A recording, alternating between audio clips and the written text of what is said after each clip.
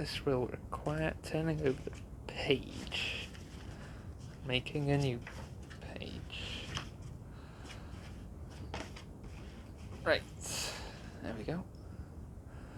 Okay, so in the... I don't... Well, let's write it down, because it's fairly mid, as they say. So, like, say, 1540? Huh?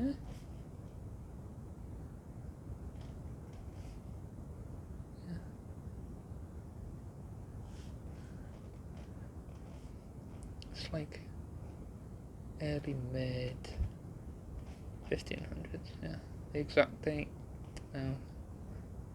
Just gonna say early mid. Somewhere in that realm. And this happens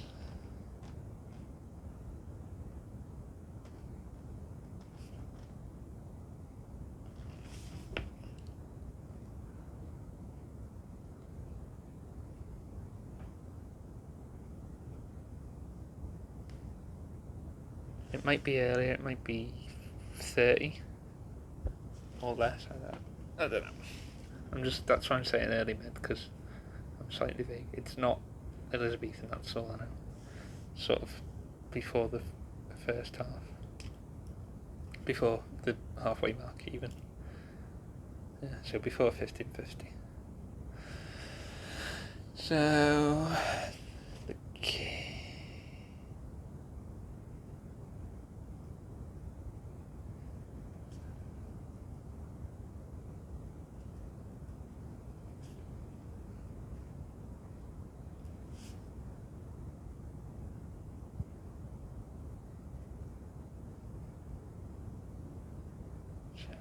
has a... They have a no key. Yeah.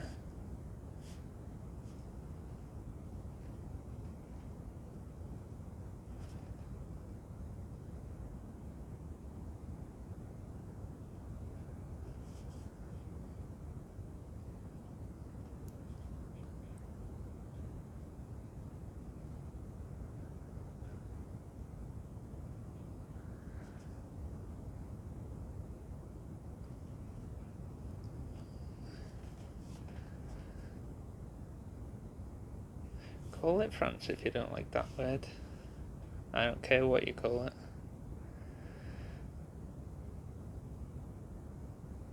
it. He...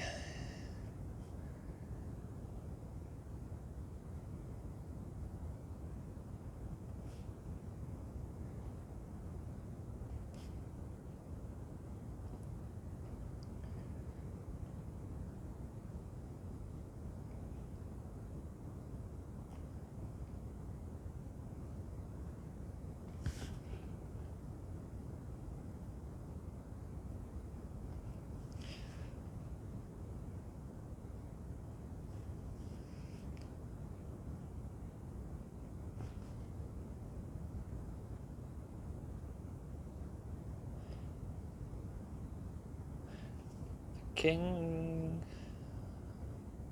which I think is Henry the something? Henry the Fourth or Charles the Fourth or something? I don't know. Henry the something. Yeah, of France.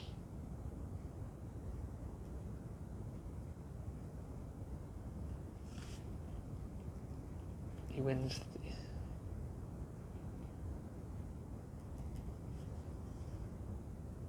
He wins. He throws Henry in the mud or the grass, the field, and then Henry's upset or whatever, right? So now you know. Royal Armouries does a piece on this in Leeds.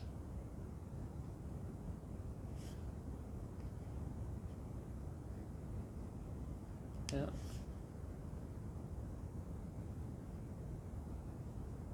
So that's unarmed HEMA for you.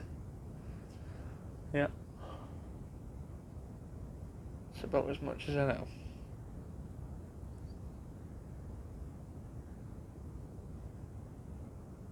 Yeah.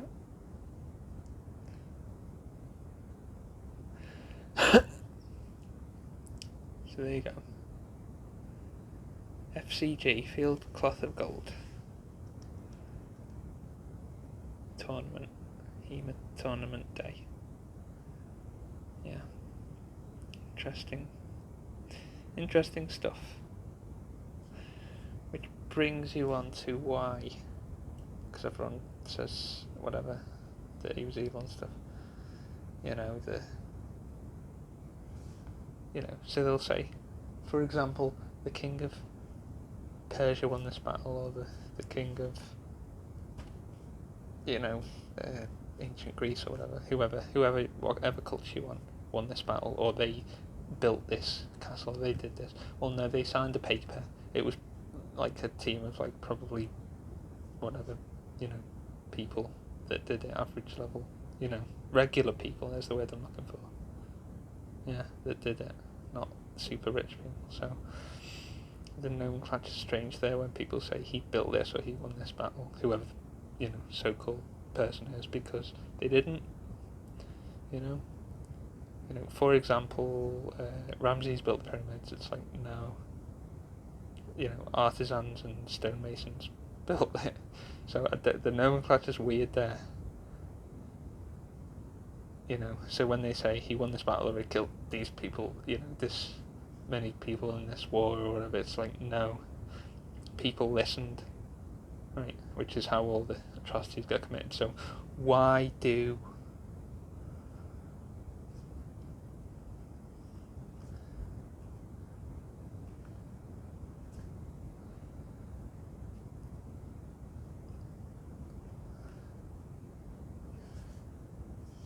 the order followers here, these are the order followers. Every single flipping, evil event, whatever, atrocity, it's always this. It's always caused by this. It's never caused by the king, right? Because that's one crazy guy standing on the street corner that can't do anything because it's one person by themselves. Why do these people listen? No idea now, and I've no idea then, other than some really bizarre psychological illness or something. I literally cannot understand. And they literally act like it's that guy that did it. It's not that guy that did it, it's them who did it. But they act like some magical force. It's like bizarre. Again, we're back to our old culture,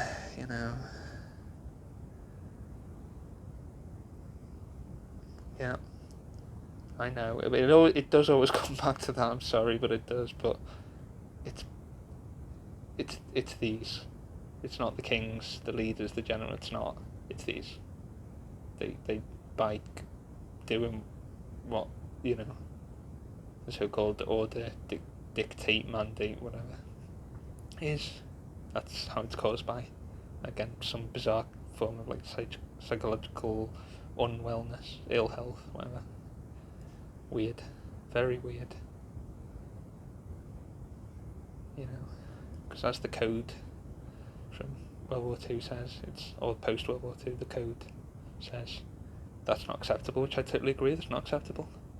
If you did the evil thing, you did the evil thing. It doesn't matter if that guy or any equivalent force told you to do it. It's like, you did it and it's bad. So end of that story. So I know it'll fall on deaf ears, but whatever. I have to say it because I'm going mad otherwise. So yeah, it's not there, it's there. Yeah, caused by, I have no idea what. Yeah. So we'll probably revisit that one day, but it's just weird that people tell themselves that some other force did it when it's them doing it. I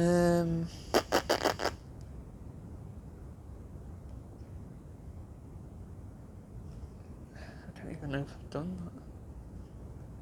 I don't know.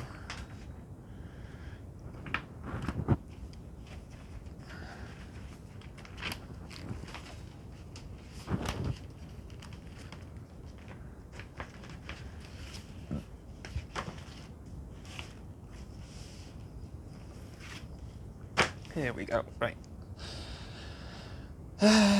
Quickly. So here's some Richard Marsden. Yeah, that's that book. That's by Fiore di Libere, Italian master, 1400s and late 13. Yeah, so it is literally Middle Ages. It's not Renaissance or post-medieval. It is literally Middle Ages, medieval. And then that's a bookshop you can check out if you type on the internet. If you want to, and if you don't want to, then that's cool. Just do whatever you want to do. That's people's discretion. That's fine. And then these are some cool songs if you want to pause this to get a slow look at the titles. Yeah. That one I'll go through in a second. That one's a different thing. But these are HEMA songs. Again, if you want to pause, you pause. You just type that title into YouTube and that comes up with these 4 volumes. Yeah. And these songs. I'm not sure if they're replicas, like recreations, or pure original, or a hybrid of both. But they're pretty cool. HEMA songs.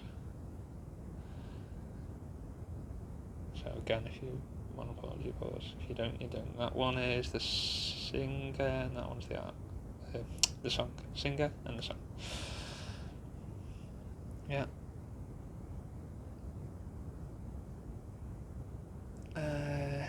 Where else should we go? Yeah. And they did this non-electrically as well, with like old-fashioned instruments. Very incredible how they got those sounds, but again, from metaphysics and soulful stuff. Yeah, compensates for the non-electric. Yeah, let's just write down that for you guys. Metaphysics.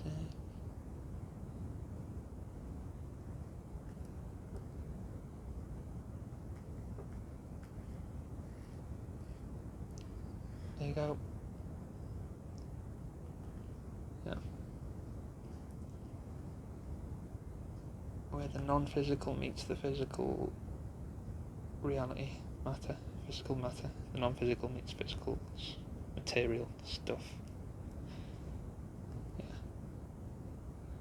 And you'll find a lot of that in sacred architecture, like the Gothic cathedrals, the HEMA cathedrals, aka, and the pyramids, both Egyptian and possibly non-Egyptian in the Central America, Mesoamerica, but in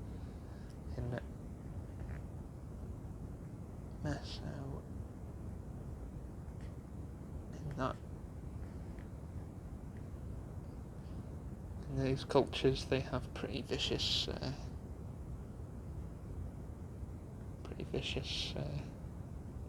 interactions. So yeah, but they do, especially if you look at the forests in Central America, they have thousands of pyramids. They use one in the Star Wars films, the original, maybe the first or the third. They have one of these pyramids in the forest, like Guatemala and places, and Honduras and Costa Rica and stuff. So yeah, there's literally thousands of those style pyramids in the forests. Yeah, very interesting. Nat Geo has an example. The Nat Geo magazines, they have examples of these forest pyramids in Central America. So if you're interested, you look up Nat Geo and they'll have examples. What else? I just haven't got the time, I think, to go through all this stuff. It's a shame, because of the way my brain works. Alright, this will be a quick one then. This helmet that everyone thinks is Spartan, with the cheek plates and the nose and things, again, from how I can look into it, appears to be this. So it's a Corinthian style armour, head armour, helmet, yeah. I would say Corinthian. That's what it's looking like. Okay. Yeah. So yeah, it's Corinthian. So it may have influenced the later styles of the other city-states, but I feel like originally that style of helmet, that very infamous style of ancient Greek helmet, it's Corinthian. Yeah, not this. Yeah. The martial arts school they went to was called Agogi.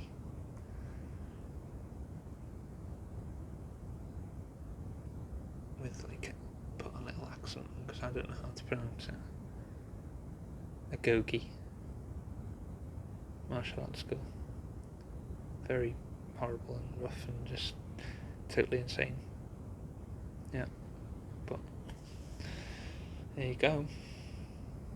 Yeah. That was the martial arts training school. Again, this very famous ancient Greek style helmet is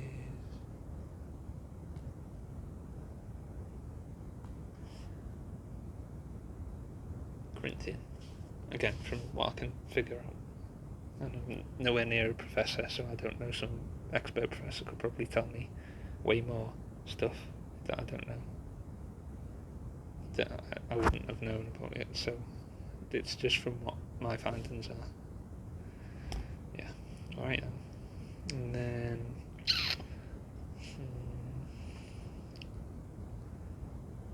what else?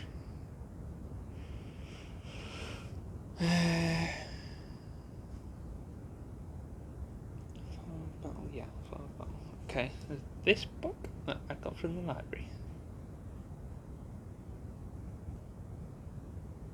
It's gloved, it's not bare knuckle, but it's still, I would still class that as HEMA. Yeah.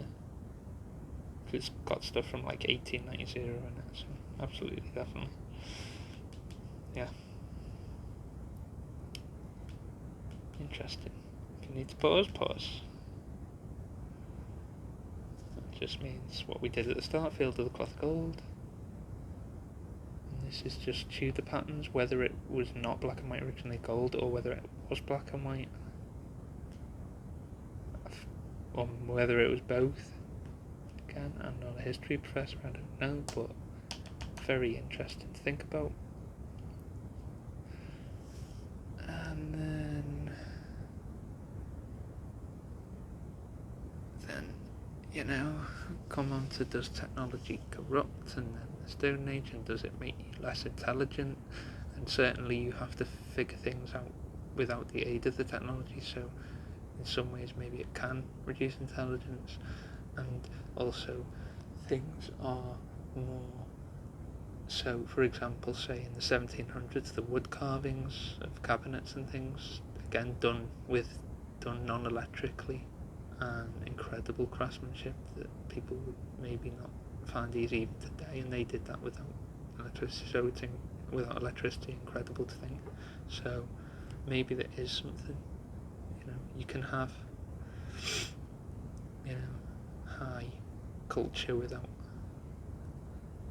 having all magic drones and all crazy stuff, so again it's about the morale, the metaphysics. Yeah. So, for example, before nation flags, there was just the sort of Viking or Saxon style flag with the sort of raven in the corner. This kind of one.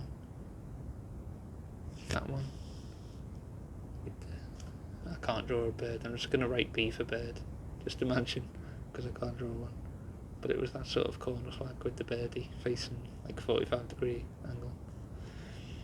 So that's what I mean about like a Zen, sort of very singular style rather than loads of flags with loads of coat of arms. It's a very plain style, which again is Zen. It's singular and it's calmer. It's not noisy. It's not millions of symbols. It's one, mono symbol. So it's more Zen. The same with the weapons. Instead of like millions of guns and bombs, it's like single-edged axe, HEMA sword, spear. So it's and shield. So it's more simplified. Yeah. So it's more Zen. And again, you can get endless combinations out of those things and endless sub-styles, so yeah. Interesting to compare that sort of Zen and the singular style, the mono style of, say, flag or basic style weapons, and then again how this Neolithic, late Stone Age, and then before that Paleolithic and things, and just general Stone Age, how it can, and European Ice Age too, how this can make you again more intelligent than technology, although it sounds strange because they did have big brains, and because you have to problem solve a lot, don't you? You can't just push a button and things are gone. You have to problem solve. You have to do it yourself, kind of thing, So yeah. And then if we go just quickly to the printing press and the short blade, long blade, right? So gladius to Sparta sword, Spatha, however you pronounce it, and the printing press. So what this writing means, is that something that we think of as tiny today would be huge, huge, huge. It would be like aliens landing in a flying saucer, right? So the printing press in the 1400s, I'm going to say. I think I'm right on there. I think it is 1400s in Germany, I think. Mainland Europe anyway, and then the short blade to the long blade, so that gladius to the Sparta. So something we think of as tiny would be having a absolutely huge effect. And another example is the horse and car, or the horse stagecoach to cars, or even agricultural to industrials with the revolution. But even you could say hunter-gatherer to civilization. That's a pretty huge change. Yeah. So, you see, what we think of as tiny would be huge then, because of the contrast, because of lesser technology, whatever people want to think about the meaning of technology, but it would have a small difference would have a huge impact. Even I think in the ancient period, the antiquity period, they didn't have horse saddles, or at least they didn't have fully evolved horse saddles. They didn't have like what would be in the Middle Ages. So yeah, again, very long gradual process. But even because because advancement is an exponential curve, it heats, or it goes faster and faster, and the technology is like building a foundation on a house or a skyscraper, and then you build extra levels. You can't do it without the bottom. So it's very important that people don't ridicule old technology, because it's like they didn't have all the knowledge you have to build upon, so modern science or whatever has all that stuff to build upon. They didn't. So you've got to appreciate that it's almost like standing on the shoulders of giants, or standing on a ladder. It's like you've got that stepping stone to stand on, so like Leibniz with in Germany with the calculus, the independent discovery of calculus, and things. It's incredible, because again they didn't have as much to stand on. And then you go back before then again, and inventions, and again they didn't have things to stand on, so information to stand on, so they come up with it sort of, if you like, divine inspiration. How about that one? A bit like Da Vinci. Yeah, we'll cover Da Vinci in another one, with his land tank and his helicopter and things, and we'll cover Talhofer and Da Vinci. We'll do them. I don't even think I can get through much more, because I mean we can go through that, the shoulder guard there, and that's the heaviest one, that's the only one that can cut. It can cut and stab, but it's the only one that can do cutting manoeuvres. And then that one's I think it's the lightest, I think it is, and you can only stab with it. So those two can only stab with, you block and stab, riposte, parry and riposte. But yeah, anyway,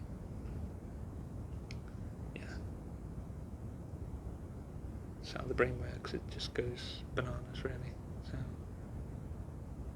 people think they want to be creative, it might make you mental health go crazy, completely crazy. So don't know if you would, but I can do all these exotic things, but I can't do basic things like job, person, friend, filling out forms. So it's a big trade-off, you know, that people don't realise.